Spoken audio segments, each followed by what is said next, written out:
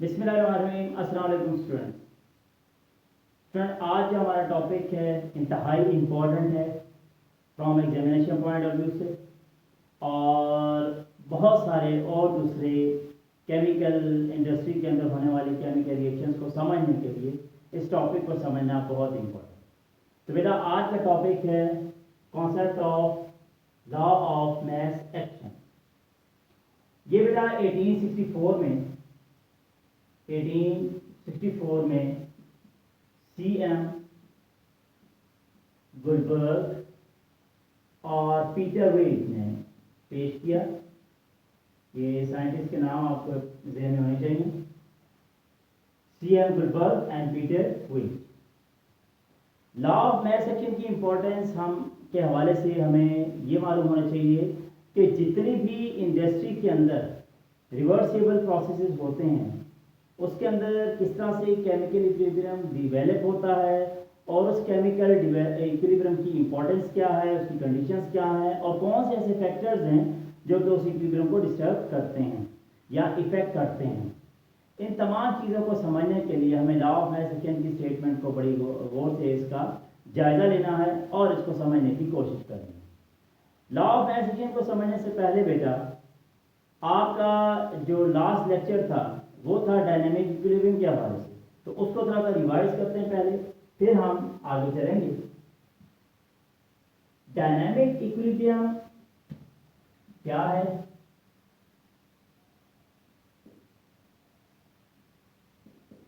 Dynamic equilibrium student, last lecture में dynamic equilibrium को हमने समझा था कि द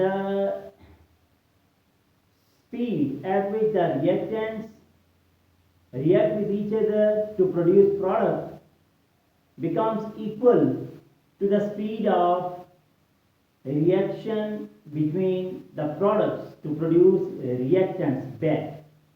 यानी कि जिस स्पीड से रिएक्टेंट्स आपस में रिएक्ट करते हैं और प्रोडक्ट बनाते हैं उसी स्पीड से जो प्रोडक्ट है वो आपस में रिएक्ट करते हैं और रिएक्टेंट्स में कन्वर्ट होना शुरू हो जाते हैं। रिवर्सिबल केमिकल प्रोसेस में ऐसी जब स्टेज आ जाए तो हम एक टर्म इस्तेमाल करते हैं डायनेमिक इक्विलिब्रियम। हम ये कहते हैं कि dynamic equilibrium has been established. यानी कि हम डायनेमिक इक्विलिब्रियम पे हम ये कहेंगे कि स्पीड या rate of forward reaction becomes equal to the rate of reverse reaction. Forward reaction कहते हैं कि जो रिएक्टेंट्स हैं वो प्रोडक्ट में कन्वर्ट हों, और बैकवर्ड रिएक्शन कहते हैं जब प्रोडक्ट जो है वो रिएक्टेंट्स में कन्वर्ट होना शुरू हो जाए।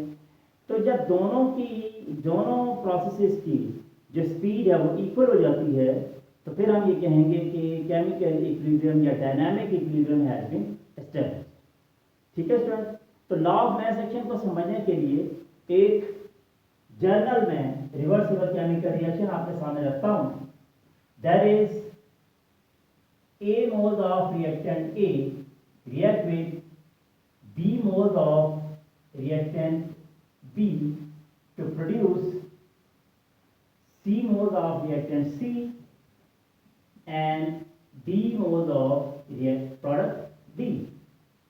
यानी कि ये एक रिवर्सिबल केमिकल रिएक्शन आपने लिखा और उसमें आपने ये समझा कि A moles of A react with B moles of B to produce C moles of C and D moles of D। अब लॉ ऑफ मास एक्शन ये कहता है कि the rate at which the substance react it is directly proportional to its active mass। अब active mass क्या होती है बेटा, ये ना समझ लें। ये टर्म आ गई एक्टिव मास, इसका कॉन्सेप्ट समझिए। एक्टिव मास बेसिकली वो मास है रिएक्टेंट्स की जो एक्चुअली हिस्सा लेती है केमिकल रिएक्शन में। मिसाल के तौर पर अगर हमने एक्टिव मास ऑफ ए लिखनी है तो किस तरह से लिखूंगा, रिएक्टेंट ए इस तरह से स्क्वायर ब्रैकेट में लिखूंगा और इसके जो नंबर ऑफ मोल्स हैं वो इसकी एक्सपोनेंशियल फॉर्म में लिख दूंगा, यानी कि इसकी पावर में लिखूंगा। तो this represent the active mass of reactant A. Similarly active mass of B, active mass of C, active mass of D भी हम लिख सकते हैं। एक्टिव मास की जो यूनिट है वो होती है मोल पर DNT. This is the unit of active mass. ठीक है बेटा। तो लॉ की जो पहली स्टेटमेंट है वो ये है कि the rate at which substance react with each other is directly proportional to its activeness. ये तो हो गया रिएक्टेंस के हवाले से। लेकिन जब हम रिएक्शंस की बात करेंगे तो rate at which the reaction proceeds, यानी कि जो रिएक्शन है वो जिस रेट से प्रोसीड करेगा, चाहे वो फॉरवर्ड हो चाहे वो बैकवर्ड हो, दोनों केसेस में जो रेट ऑफ रिएक्शन है it is directly proportional to the product of molar concentration of reactants, यानी कि product of the active masses of the reactants. अब अगर हम फॉरवर्ड की बात करेंगे तो रिएक्टेंट ये हैं, और अगर हम बैकवर्ड की बात करेंगे तो रिएक्टेंट ये हैं। तो आइए जरा इस स्टेटमेंट को मैथमेटिकली समझने की कोशिश करते हैं। According to the statement of law of mass action, rate of forward reaction, rate of forward reaction, that is directly proportional to the product of the active masses of the reactants. Forward तो भी जाएगा ना, ए से B, A B react करेंगे, C D produce होगा, forward है। तो यहां पर एक्टिव मैसेज ऑफ ए लिखें, ये मैं एक्टिव मैसेज ऑफ ए लिख दिया into active masses of B. This is the rate of forward reaction. अगर मैं रेट ऑफ फॉरवर्ड रिएक्शंस की प्रोपोर्शनैलिटी को इक्वालिटी में कन्वर्ट करूंगा तो कांस्टेंट का इक्वल लगाऊंगा, इक्वल के साथ यहां पर मैं कांस्टेंट मेंशन करूंगा K F, that is equal to, that is into product of the active masses of A and active masses of B. This is the rate of forward reaction. Similarly, rate of reverse reaction कैसे लिखेंगे? तो आप यहाँ पे लिखेंगे rate of backward reaction, backward reaction. It is directly proportional to the active product of the active masses of products. This is the active mass of product C and this is the active mass of product D. Now if I convert this proportionality into equality, I will apply some constant Kr. R is the reverse reaction, product of the active mass of C and product into active mass of D. This is the rate of backward reaction. And intro में मैंने क्या कहा था कि जब chemical equilibrium establish हो जाए तो उस वक्त rate of forward reaction it is equal to rate of backward reaction. तो हम ये कहेंगे कि एट इक्विलिब्रियम, यहाँ पर एक थोड़ा सा नोट लिखें, at equilibrium rate of forward reaction, rate of forward reaction हमारे पास क्या था, k f times active mass of A into active mass of B, that is equal to rate of backward reaction k r times active mass of C into active mass of D.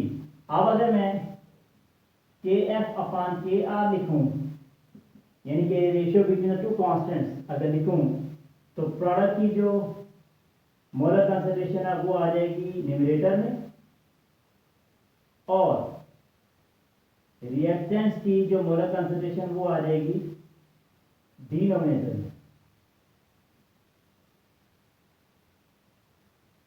ठीक है बेटा। अब ये जो ratio मिल रही है between the two constants, इस ratio को मैं कहता हूं केमिकल इक्विलिब्रियम कांस्टेंट। अगर मैं इसको अरेज कर दूं बेटा, इसको अरेज करने से पहले दोबारा रिकैप कर लेते हैं थोड़ा सा कि लॉ ऑफ एक्शन के समझने के लिए एक जर्नल एक रिवर्सिबल रिएक्शन लिखा मैंने, जिसके अंदर दो रिएक्टेंट्स ए और बी, इनके नंबर ऑफ मोल्स मैंने मेंशन किए और वो कन्वर्ट हो रहे हैं प्रोडक्ट सी और डी में, इनके मोल्स भी मैंने मेंशन कर दिए। लॉ की स्टेटमेंट के मुताबिक रेट ऑफ फॉरवर्ड रिएक्शन जो है it is directly proportional to the product of the active masses of reactant that is A and B.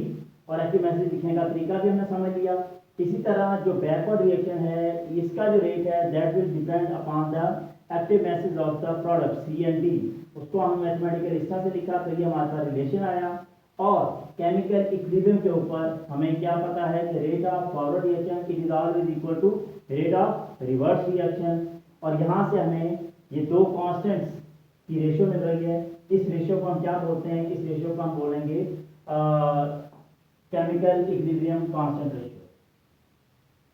इसको मैं यहां से अरेज करूंगा और यहीं से आगे प्रोसीड करूंगा कि since KF upon KR that is equal to KC। KC क्या है, इक्विलिब्रियम कांस्टेंट। ये क्या है, इक्विलिब्रियम कांस्टेंट। देयरफॉर जो KC है हमारे पास क्या बनेगा,